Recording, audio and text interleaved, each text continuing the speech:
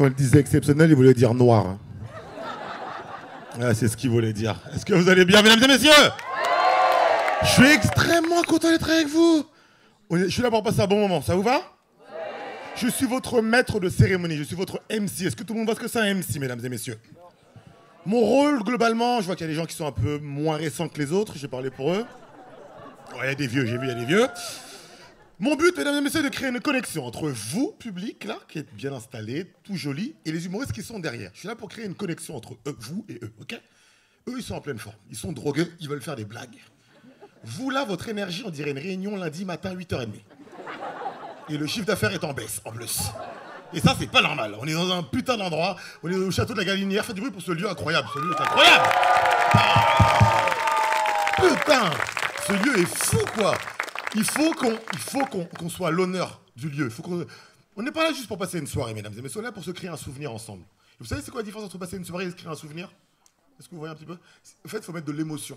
La plupart des choses de la vie, on ne met pas d'émotion. Quand on prend une voiture, on va sur l'autoroute, il n'y a pas d'émotion, pour ça qu'on s'en souvient pas. Une soirée comme celle-ci, si on met de l'émotion, on s'en souviendra. Toi, t'as quel âge, mon garçon? T'as l'air récent de ouf. T'as quel âge? 7 ans. Il faut que... Comment tu t'appelles? Julian. Julian, ça va stylé, hein? Il faut que Julian, il s'en souvienne jusqu'à 7 ans et demi, ce serait déjà pas mal, quoi. 7 ans et demi, ce serait déjà pas mal, quoi. Il faut qu'il retienne ce moment. Il se souvienne de ce grand noir sur ses palettes et des gens dans les transats. Là-bas, il y a des gens qui font presque l'amour. Bon, ça, on regarde pas. Mais il faut qu'ils s'en souviennent, d'accord? Et pour ça, mesdames et messieurs, vous avez presque rien à faire. Vous avez presque rien à faire. 95% du job va être fait par les humoristes. 95%. Vous avez que 5% à faire. Mais vos 5%, ils sont indispensables. Vous êtes la dernière pièce d'un puzzle. Vous voyez le puzzle? La dernière pièce. Elle fait du bien, cette pièce-là. Ouais, c'est vous. Qu'est-ce que vous avez à faire? Rire, applaudir. Ça va ou pas comme chose? Ouais.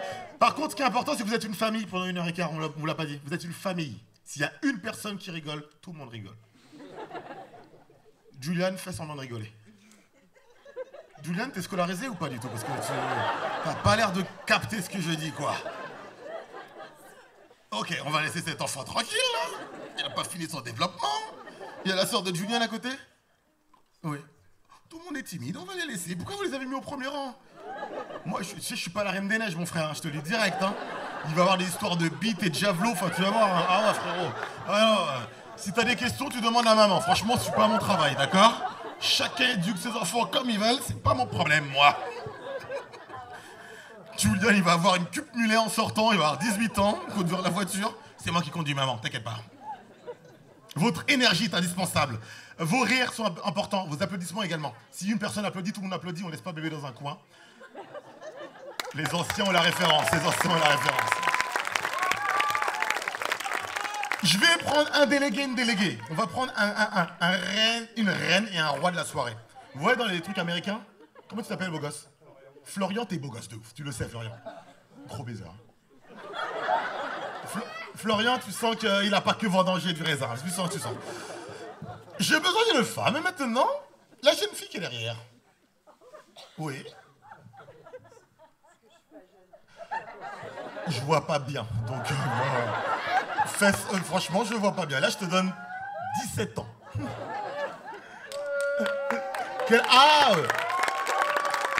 T'as vu comment ils sont gentils avec toi? Comment tu t'appelles, ma grande?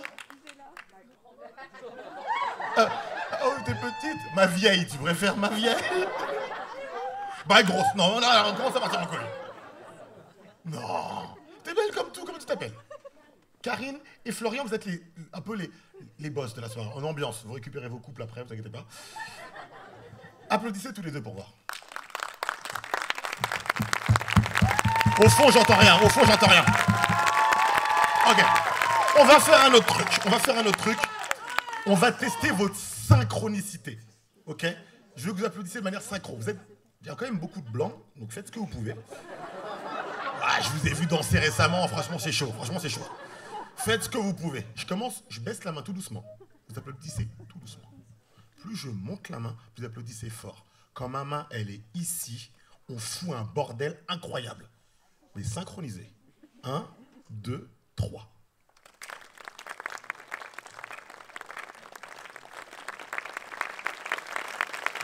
Plus de bruit.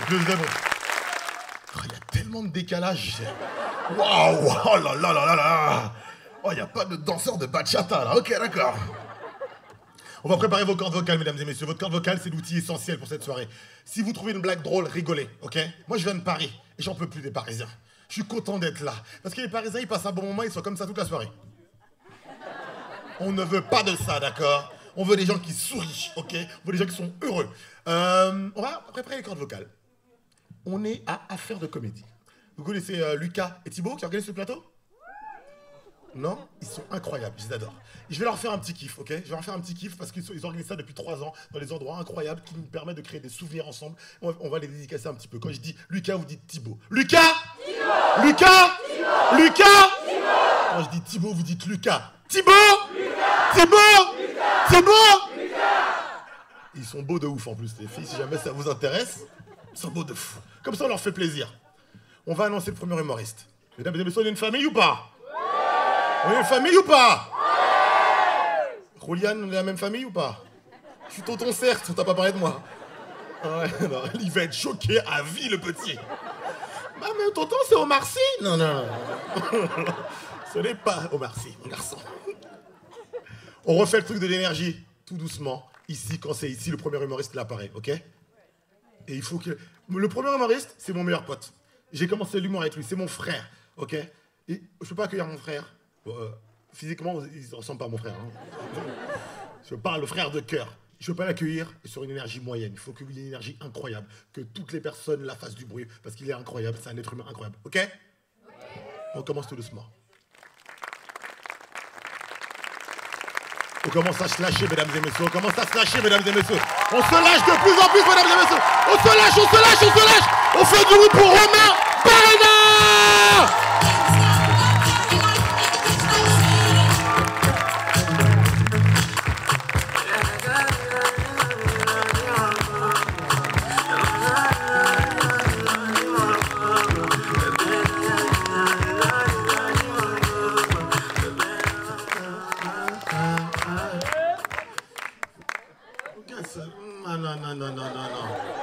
Donnez ce que vous voulez. Non, non, non, non, non, non, non. C'est battu pour des secs pour arrêter ces conneries.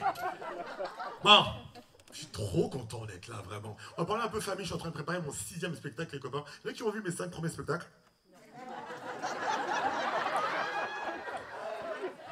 Parfois, je me dis, j'aurais peut-être dû les continuer un peu encore, en fait. Hein. Parfois, j'ai l'impression d'être une série que personne regarde, mais qui sort quand même de nouvelles saisons. Vous voyez, genre Saison 6, mesdames et messieurs.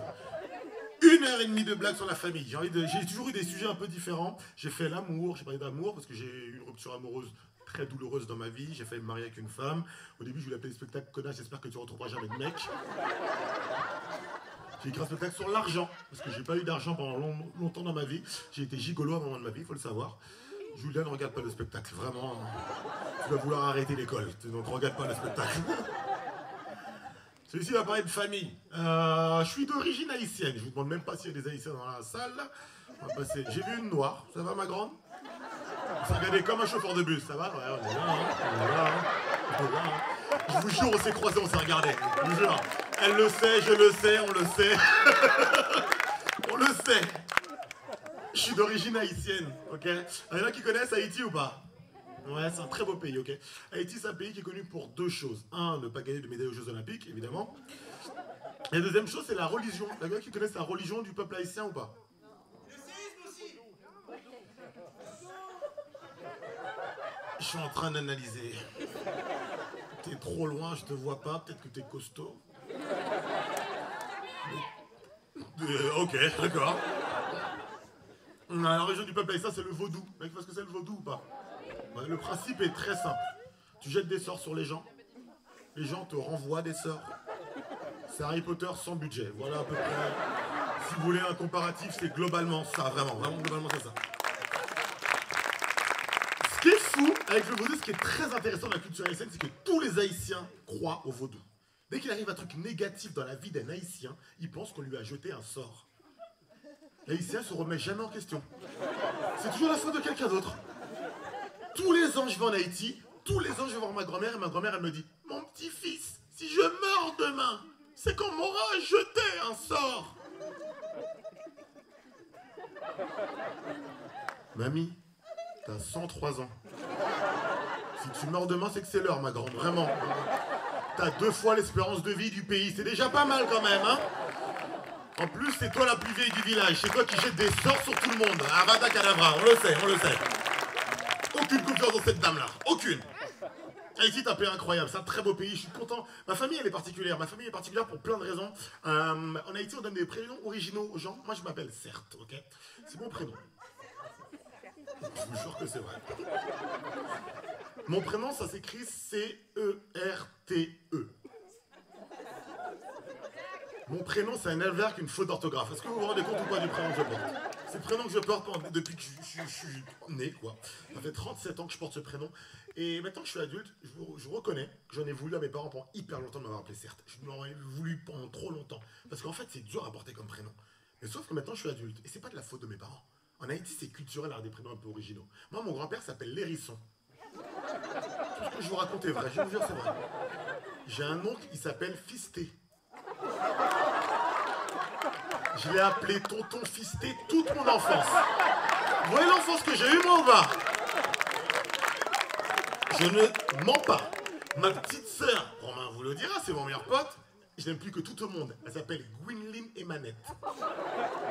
Le prénom de ma petite sœur, c'est G-W-E-E-N-E-E-M-A-N-E-T-T. On l'a pas scolarisé, on peut pas envoyer cet enfant à l'école. Tu peux pas envoyer cet enfant à l'école pour des raisons apparentes, vraiment, évidemment, tu peux pas. C'est trop dur. Ça, c'est la famille que j'ai eue, quoi. C'est la famille que j'ai. J'aime ma famille, j'aime... C'est dur, la famille, hein. C'est technique un peu, la famille. Hein. C'est technique de fou. Sauf qu'on n'a pas le choix. Tu sais, on est obligé de les garder. Tu peux pas dire ex-daronne, tu peux pas te... Ma mère, je l'aime, elle m'a mis au monde, c'est important et tout, mais la dame est particulière. Ma mère, en fait, vous êtes dit embrouillé avec votre mère, tu peux pas t'embrouiller. En fait, elle est pas pragmatique, il n'y a que de l'émotion, cette dame-là. On s'embrouille à un moment, et quand la mère a dit, qui est-ce qui t'a mis au monde? Je vois pas le rapport avec la question, maman, hein, maman. C'est toi, mais Las Vegas, c'est pas la capitale des États-Unis, je suis désolé de te le dire, quoi. Cette dame dit n'importe quoi. Mon père, il m'a élevé à la dure, quoi. Mon père, il m'a élevé à la dure, je suis son seul garçon. Élevé à la dure à l'ASM, en fait, il me disait, un homme ne pleure pas, les hommes ne pleurent pas. T'es un homme, tu ne pleures pas. Il me tapait, il me disait, tu pleures pas. J'avais envie de lui dire, bah arrête de me taper alors. Moins de douleur, moins de pleurs, c'est mécanique, hein, vraiment, quoi. Incroyable ce monsieur. Et maintenant, tu sais, mon père, il est malade en ce moment, il est malade, et il me dit, ouais, t'as pas l'air triste. Frérot, t'as fait un désert, voilà, c'est toi qui fais ça. Je ne pleure pas, frère, voilà. C'est de ta faute. Je vais avoir un enfant dans un mois.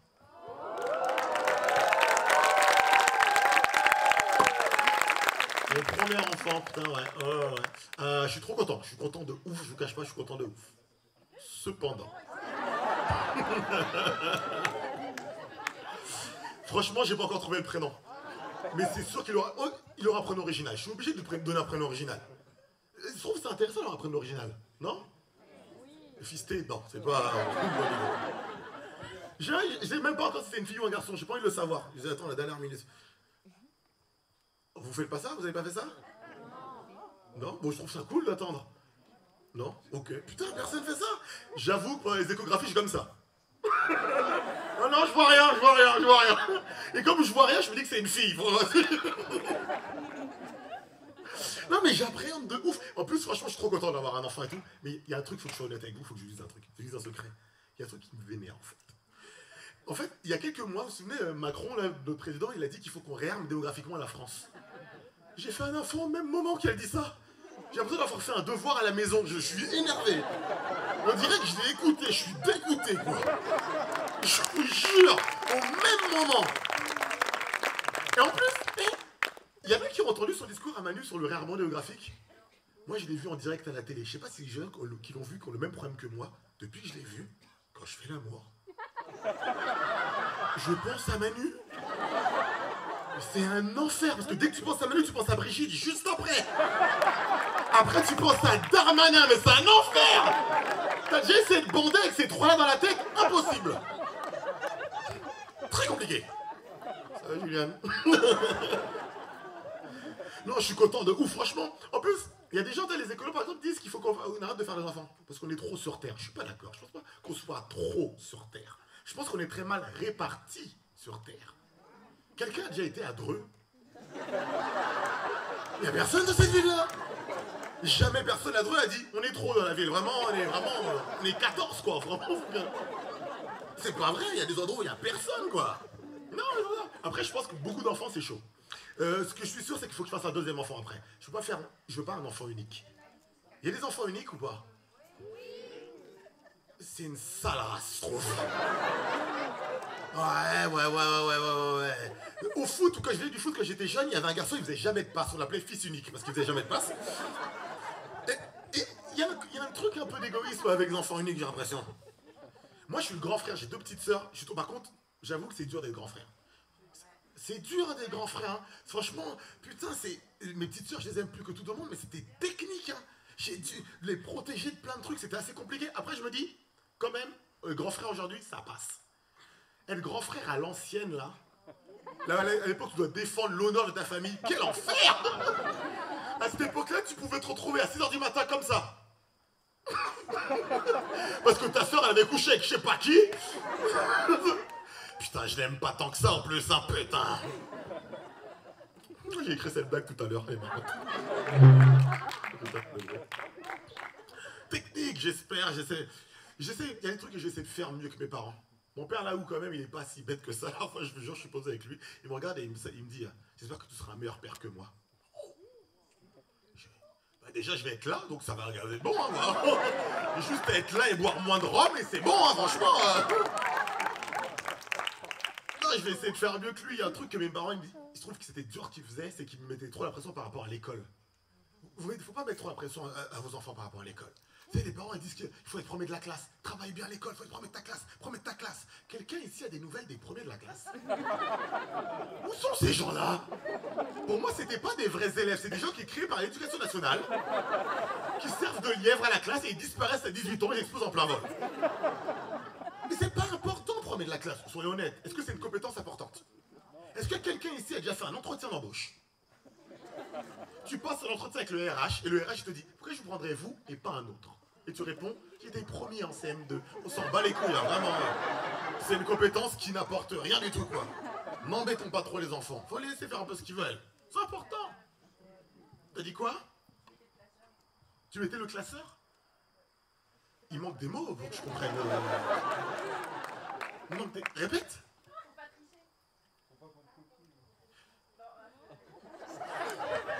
Vous êtes français ou... On dirait qu'il faut un téléphone. Ok. Ah, toi tu copiais pour pas que les gens... Tu cachais? T'es fille unique, toi? Mais ça, c'est des gens qui ont plus d'amis adultes, c'est sûr et certain. Ceux qui cachaient, non, faut que tu te débrouilles par toi-même, ta gueule, monte tes à ta feuille, toi. On est d'accord, un peu de solidarité. Oh, ce monde est fou. Mais il y a un truc que ma mère me disait quand j'étais petit, et je ne pourrais pas le faire. Ma mère me disait toujours, mon enfant, faut que tu sois gentil. C'est important d'être gentil. Les parents disent ça, faut être gentil. Je vois ce qu'elle veut dire. Mais maintenant, on est grand.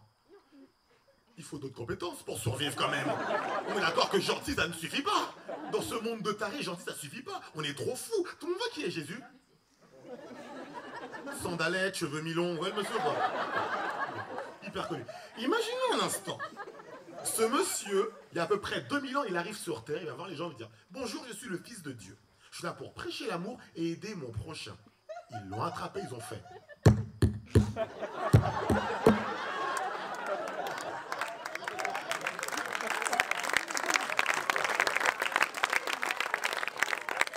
Et lui, vu qu'il est sympa, il devait être « Mon père, pardonnez-leur, ils ne savent pas ce qu'ils font. On sait très bien ce qu'on fait. » Voilà, il bougera plus. Cette blague est un peu tendue, ouais. J'ai vu vos fesses se refermer d'un coup. Elle est un peu tendue, je l'avoue. Quand je l'ai écrite, cette blague, je me suis dit, oh, est-ce que je peux la faire en public? Je me suis vraiment posé, qu'est-ce que je peux la faire en public? Après, je me suis dit, s'il y a bien un club que tu peux tailler, c'est bien les catholiques. Ouais, ce club, il perd des abonnés, on est d'accord? Unfollow. Il y a des catholiques là dans la salle par applaudissement? Ok, 6. J'en posais la question un petit peu différemment. Est-ce qu'il y a des gens qui ont été baptisés par applaudissement? Vous avez vu le différentiel ou pas? J'ai l'impression qu'un catholique à 18 ans, tu passes tes permis, tu fais Jésus, on verra plus tard. Allez, maintenant je vais au calanque avec les copains. Voilà ce que je veux faire. Technique, hein. Les enfants, ils feront ce qu'ils veulent. Les gens vont battre les steaks. Ce monde est compliqué, quoi. Franchement, ce monde est compliqué. Roliane, faut que tu fasses ce que tu as envie de faire dans la vie, ok? C'est important. Faut faire ce que tu as envie de faire, ok? Tu sais ce que tu veux faire plus tard? Tu veux faire quoi? La sieste, ok, d'accord? Mais après la sieste, que le petit, il est comme ça, il a son doudou. Non, mais je me souviens, j'ai des mauvais souvenirs de l'enfance. On me disait, ouais, les métiers les plus stylés, c'était genre astronaute, médecin, avocat. Je trouve que c'est pas cool parce que quasiment personne fait ces métiers-là. Il y en a dans la salle? Astronaute, il y en a? Voilà, hein? Ouais, il y a Thomas Pesquet. Tout le monde adore Thomas Pesquet, hein. Les gens l'adorent, hein. Moi, j'aime pas beaucoup ce monsieur. En fait, vous avez vu ce qu'il fait dans la vie, Thomas Pesquet, ou pas? Il va dans l'espace, il répare des satellites pour que nous, on ait Internet. C'est un technicien free, Thomas Pesquet, hein. Ce mec, il a installé la fibre optique super loin, c'est tout ce qu'il fait, hein. Je sais pas pourquoi on aime ce monsieur comme ça, hein. Thomas Pesquet, avant de partir, j'ai envie de vous donner un conseil, mesdames et messieurs. Ah, alors, je suis trop content et tout. Mais mes relations amoureuses, c'était difficile avant. Okay, j'ai failli me marier. Le mot-clé de la phrase, c'est faillir, sachez-le. J'ai un petit conseil à donner, parce qu'il y a quand même pas mal de gens dans la salle. C'est vrai qui veulent se marier dans la salle ce soir. Okay. C'est vrai qui veulent se marier. Petit conseil. Juste, ne vous mariez jamais. C'est pas ça le conseil. Avec quelqu'un dont vous avez peur. Voilà le seul conseil que j'ai à donner. Ouais. Il paraît évident, hein? Ah, bah il l'est pas toujours, hein? Putain, en fait, mon ex-copine, je suis resté 5 ans avec elle, elle me faisait flipper. Et il m'a fallu du temps pour me rendre compte que je restais par peur, en fait. J'avais le syndrome de Stockholm, vous voyez ce que c'est? Je tombe amoureux de mon ravisseur, mais vraiment. Elle me répétait régulièrement, si tu me trompes, je te tue. Au début de la relation, je me dis, elle rigole. Au bout de 5 ans, je me dis, elle répète ça tous les jours quand même, hein. J'ai arrêté la relation. J'ai arrêté la relation pour plusieurs raisons. Une des raisons, c'est qu'elle ne savait pas sucer.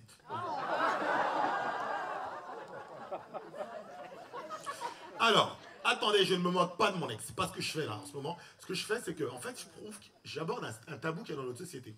Dans la société, dans le sexe, il y a un tabou qu'on n'évoque jamais. On dit souvent que les femmes simulent. Les femmes simulent, les femmes simulent. Pourquoi on ne parle jamais du fait que les hommes simulent? Les gars, c'est pas vrai. Les gars,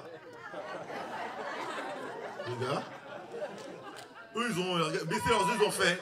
Frère, j'ai un planning ce soir. Je vois ce que tu veux dire, mais c'est pas maintenant que je vais en discuter, hein. Je vous laisse tranquille, les copains. On en parle par mail lundi, j'ai compris, d'accord, j'ai compris. Mesdames, les hommes simulent, je sais pas pourquoi on en parle jamais, les hommes simulent. J'ai fait 5 ans avec mon ex, pendant 5 ans, on avait fait l'action, je simulais. J'étais comme ça. Oh. Bah merci, hein. Merci. Mais oui, dis donc. Il y a des moulures au plafond. C'est fou, hein. Toutes ces dents dans une bouche, c'est quand même incroyable, hein. Incroyable, hein. Elle me mordillait, je crois qu'il chantait avec Pac-Man. Je sais pas ce qu'elle faisait. Elle était là. Incroyable. Mais lâche-moi, toi aussi, là. Mais pas cette dame. Incroyable. Ah ouais, communiquer, hein. Communiquer, vraiment. En fait, j'ai compris. Le problème, c'est qu'on est lâche dans les relations amoureuses. On est lâche. On n'ose pas dire à son partenaire qu'il y a un truc qui va pas. On n'ose pas le dire. Donc, qu'est-ce qu'on fait? On essaye quand même de le dire, mais pas directement. Ce qu'on fait, c'est qu'on met des indices au cours de la journée, à des moments inopportuns. Il n'y a que toi qui sais qu'il y a des indices là. Donc l'autre, il comprend rien du tout. Voilà ce qui se passe. Avec mon ex, on habite à Paris, on prenait le métro, parfois elle me disait, on est sur quelle station déjà? Rue de la Pompe, rue de la Pompe. Parce que pour l'instant, on est à Fille du Calvaire, Fille du Calvaire. Voilà, on se situe. Communiquez entre vous, mesdames et messieurs, communiquez. Parce que fellation, cunilingus, c'est pas comme les antibiotiques, c'est pas automatique. Ça s'apprend, ça s'apprend. Donc on demande.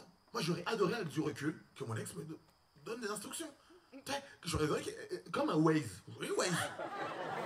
Ah mais oui, c'est trop bien. Tu veux aller quelque part, la destination c'est l'orgasme, tu connais. À la fin on veut tous être... Chacun ses orgasmes, après non. C'est vraiment la partie où Rolian il dit, je comprends vraiment plus rien là maintenant. Le petit il est comme ça. Dis-moi en plus, dis-moi en plus. Si les mots-clés que tu dois retenir ce soir, c'est... Non, on va laisser ça. Communication, oui, exactement. Et Thomas Pesquet, retiens que ça. Oublie fisté, orgasme, oublie ça. Avant de partir, mesdames et messieurs. J'ai compris pourquoi je me suis pas marié. Ça m'a pris un peu de temps. Ça m'a pris un peu de temps. Pourquoi j'ai un peu de mal également à rentrer dans des relations amoureuses. C'est beaucoup en partie à cause de vous. En fait, l'humour et l'amour sont super proches. Et en fait, chaque soir, je monte sur scène et je vois vos rires, vos sourires, vos regards pétillants qui me regardent. Ce qui fait que j'ai pas de manque affectif. Parce que vous m'en donnez chaque soir, en fait. Ce qui fait que, j'avoue, souvent, quand je rentre chez moi, bah, j'avoue, il n'y a personne qui m'attend. Mais je me branle sur vous, mesdames et messieurs. Sauf sur le petit, évidemment. Excellent soir à tous, mesdames et messieurs. Faites du bruit pour le suivant, il s'appelle Mago.